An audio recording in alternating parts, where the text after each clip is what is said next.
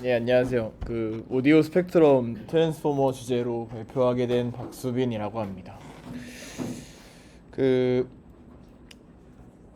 처음에 어떻게 시작을 할까 고민을 많이 했는데 제가 원래는 주제를 딕트 벌트로 하려다가 이제 오디오로 틀었거든요. 근데 오디오 얘기를 하려면 제가 왜 오디오에 관심을 가지게 되었는지부터 얘기를 하고 싶어서 제가 딱 계기가 있었어요. 이 대학교 1학년 딱 들어와서 학부 첫 수업이 이제 한국어학의 2였는데 그때 이 영상을 보고 되게 관심이 생기기 시작했었어요. 이게 컨트롤 눌러야 돼.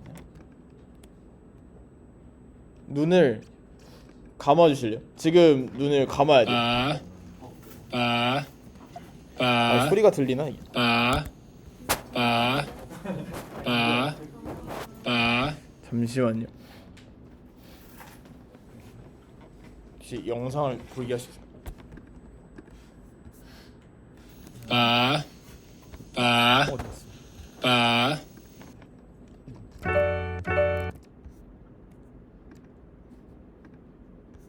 빠, 빠, 빠, 눈을 감고 한번 소리를 들어보세요. 어떤 소리가 나는지.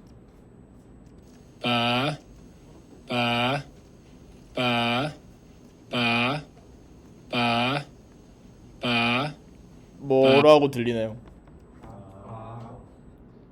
바라고 들리지 않나요? 빠, 근데 이게 이걸로 들려서 근데 이걸 눈을 뜨고 보면 아라고 들리고요. 눈을 감고 보면 바라고 들립니다. 한번 감고 뜨고를 반복해 보세요. 잘 안 보일 수도 있는데.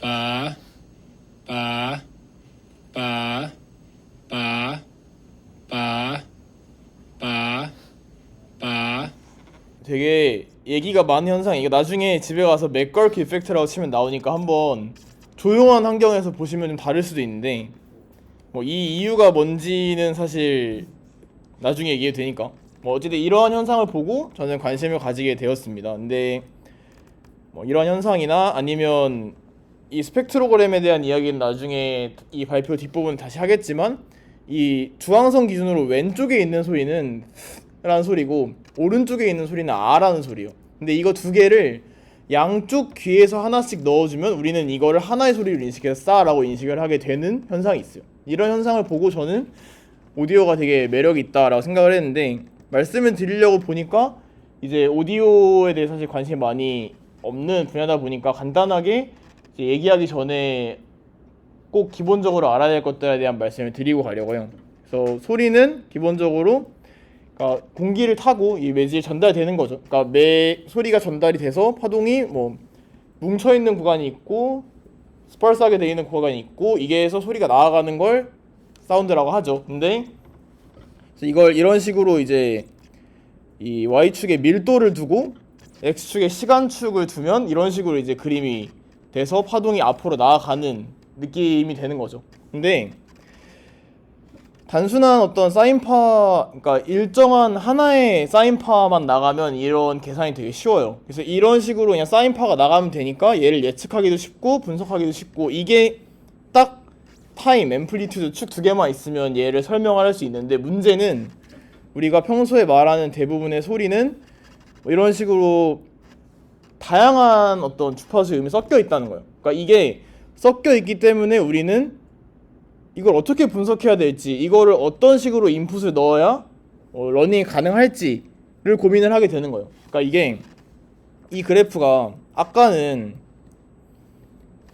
시간하고 강도였잖아요. 그러니까 시간에 따라 강도가 어떻게 변하는지였는데 이 그래프는 그런 느낌이 아니라 어떤 프리퀀시가 어떠한 그 강도로 나고 있느냐를 이야기하는 거예요.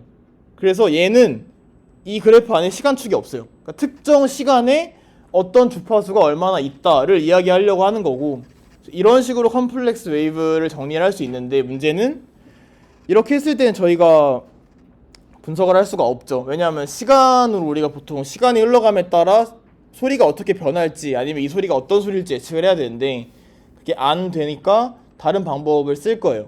그래서 다음 얘기는 샘플링 레이트에 대한 이야기인데 뭐 아시는 분도 많겠지만 그러니까 아날로그한 어떤 파형을 우리가 디지털하게 만들어줘야 되기 때문에 일정 간격으로 1초에 몇 번씩 이게 파동이 얼마나 센지를 기록을 해줘야 되는데, 문제는 그 기록을 하는데 예를 들어 first sample하고 second sample 사이에 지금 시간이 있잖아요. 근데 우리가 저렇게 두 번을 잡아주지 않으면 저 파동이 그러니까 저 시간 안에 돌아온다는 걸 알 수가 없죠. 왜냐하면 예를 들어 한 번을 재고 다른 한 번을 쟀는데 그게 이미 올라온 뒤일 수 있는 거잖아요. 너무 스파르스하게 재버리면.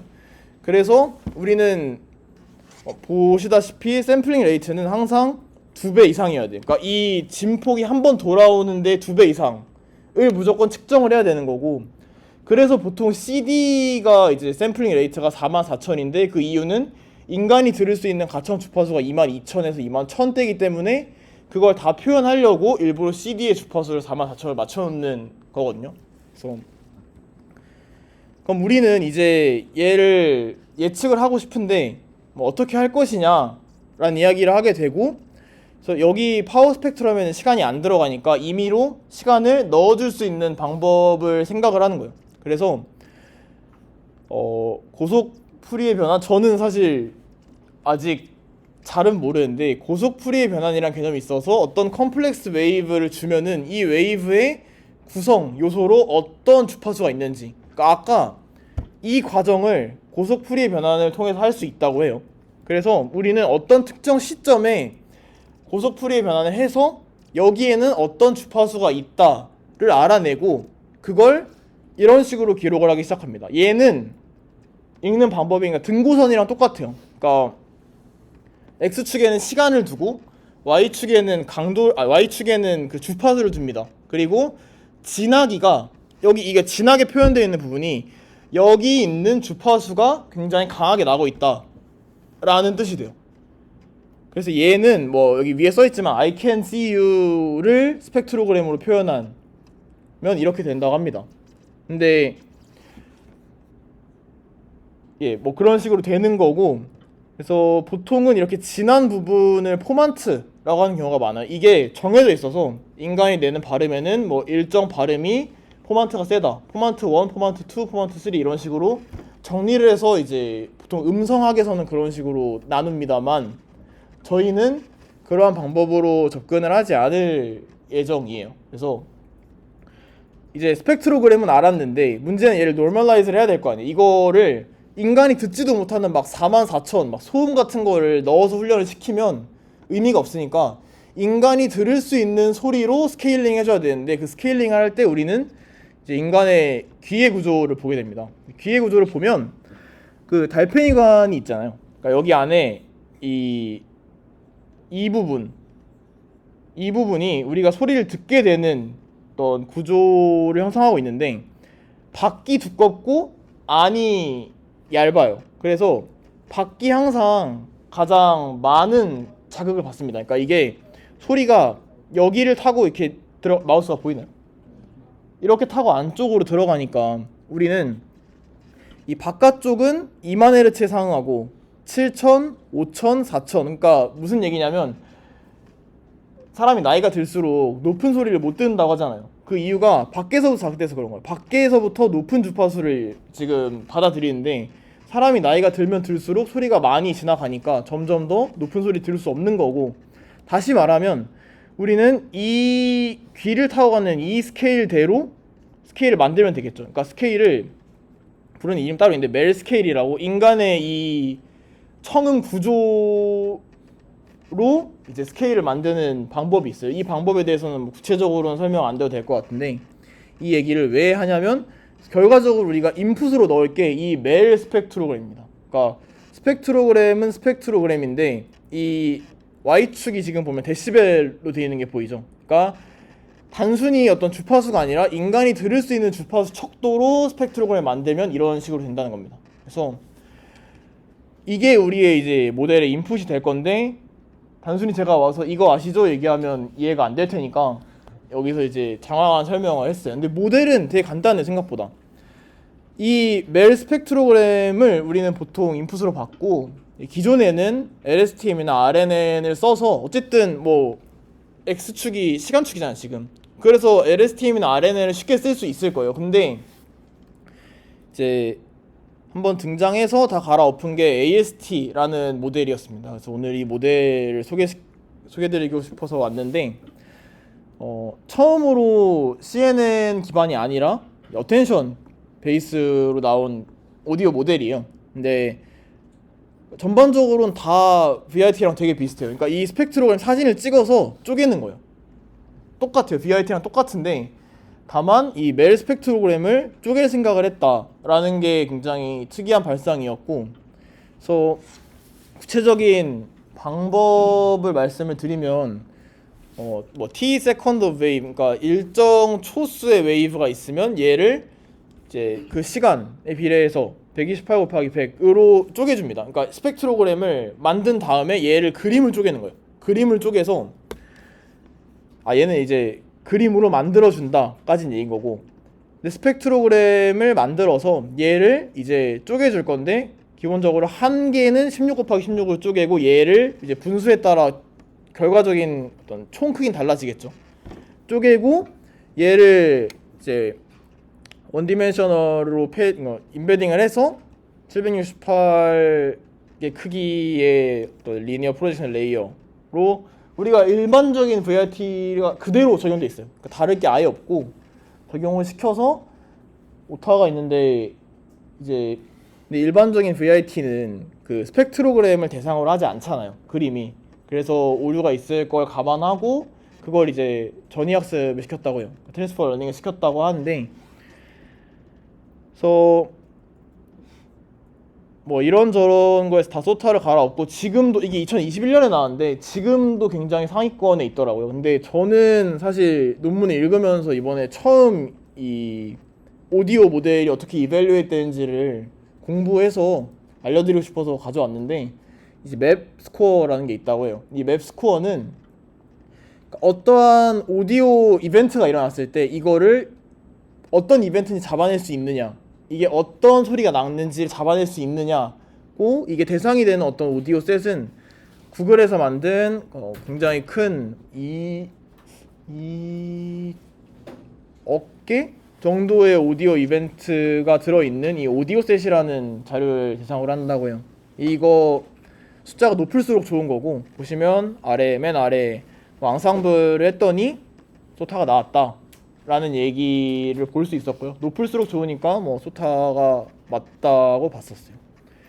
그리고 하나 더 있는데 ESC50은 아까랑은 다르게 뭔가 급작스러운 이벤트가 있는 게 아니라 어떤 특정 소리, 뭐 새소리, 자동차 경적 소리 이런 걸 가져와서 너가 여기서 나는 소리가 어떤 종류인지 맞출 수 있느냐를 얘기한 거고, 근데 2000 종류가 있는데 얘를 아래 보시면 이거 오늘 스크린샷 찍은 건데, 오늘도 네 번째, 굉장히 오래된 모델인데도 오늘도 네 번째에서 굉장히 준수한 성능을 내는 걸 알 수 있었어요. 근데 단점을 안 썼네요. 단점이 없어졌나 봐요.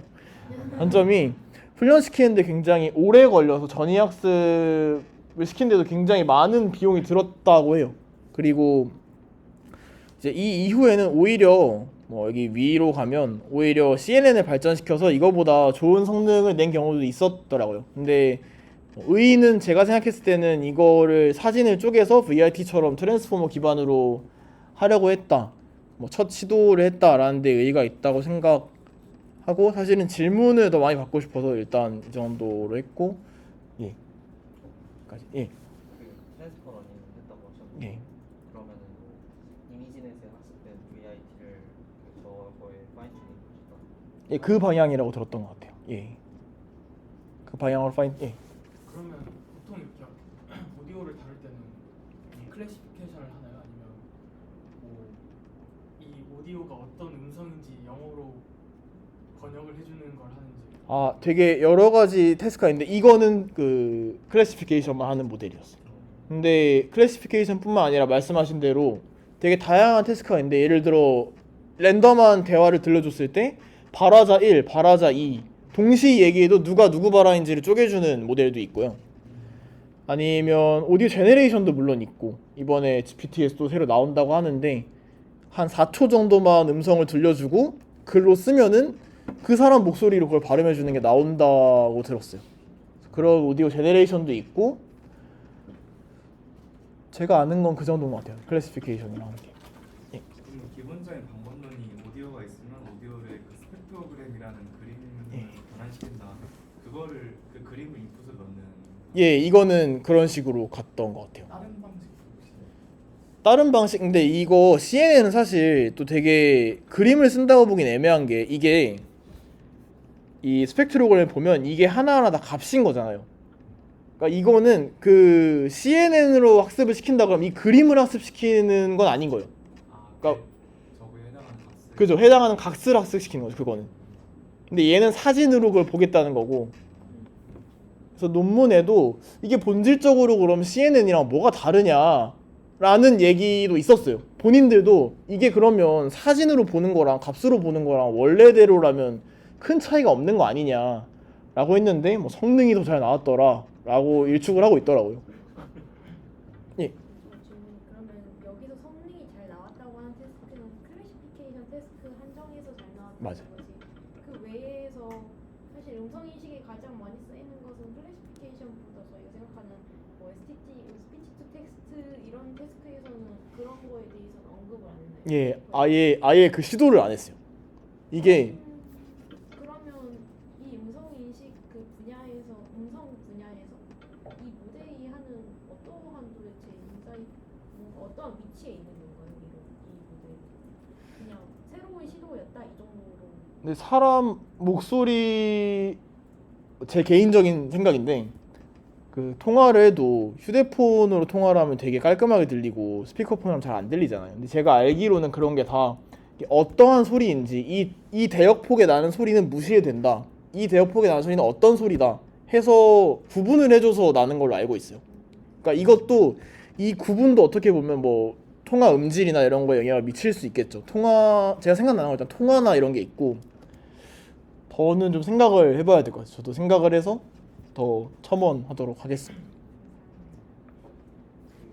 이미지를 쓰게 되면은 아무래도 좀 컨티뉴어스한 것까지 다 뽑을 수 있으니까 값을 사용하는 것보다는 뭔가 장점이 있을 것 같은데 그러면은 저 이미지를 사용할 때 저 색깔 같은 거는 네. 뭐 다 다르잖아요. 네. 데이터 셋마다 그런 걸 따로 노멀라이즈를 해주는 건 하나요? 그 부분까지 제가 확인을 못했습니다. 이거는 임의로 가져온 사진이고 여기서 쓴 건 아니어서 여기서 어떤 색깔을 썼느냐까지는 제가 확인을 못한 것 같습니다. 예. 쪼개서 쓴다고 하셨잖아요. 예. 저희 템이랑 시윤이 같은 템이들 이미지 쪼개서 산다고 하면 그냥 정말 조각조각 이렇게 바둑판을 사는 예. 스펙트로그램을 좀 세로로 시간별로 자르는 세로 가로로 다 잘라요.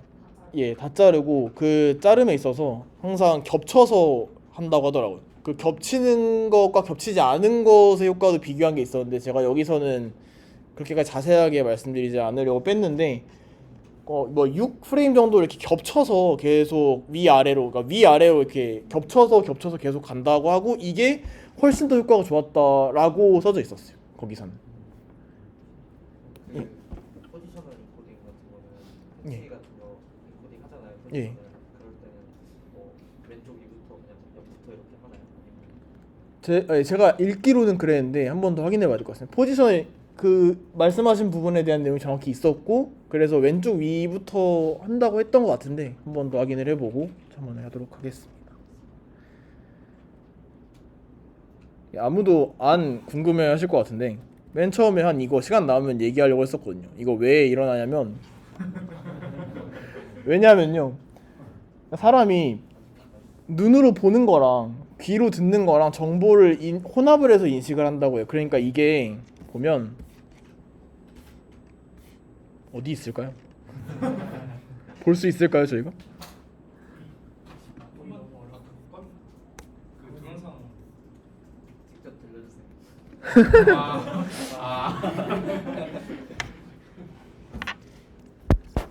이거 누르면 되는구나. 빠, 빠, 이거 그냥 영상이 아니라 아. 조작된 영상이에요. 이거 빠, 보면 빠, 바라는 소리가 나는데 입이 안 붙어요. 빠, 빠, 이거 봐도 노골적인 그게 아. 영상도 있는데 보면 얘가 입술을 이렇게 하고 바라는 발음을 낼 수가 없어요. 그러니까 이거 마치 얘를 이렇게 터트려야 바가 나는데 지금 안 닿고 있잖아요. 빠, 그러니까 우리가 보는 걸로는 이게 불가능하다는 걸 아는 거예요. 근데 인지부조화가 오니까 임의로 나는 이걸 바로 들어야겠다. 아니, 아로 들어야겠다. 들리는 건 바지만 아로 들어야겠다라고 해서 펄시빙을 할 때 기본적으로 다른 왜곡시켜서 듣는다는 거죠. 근데 이거를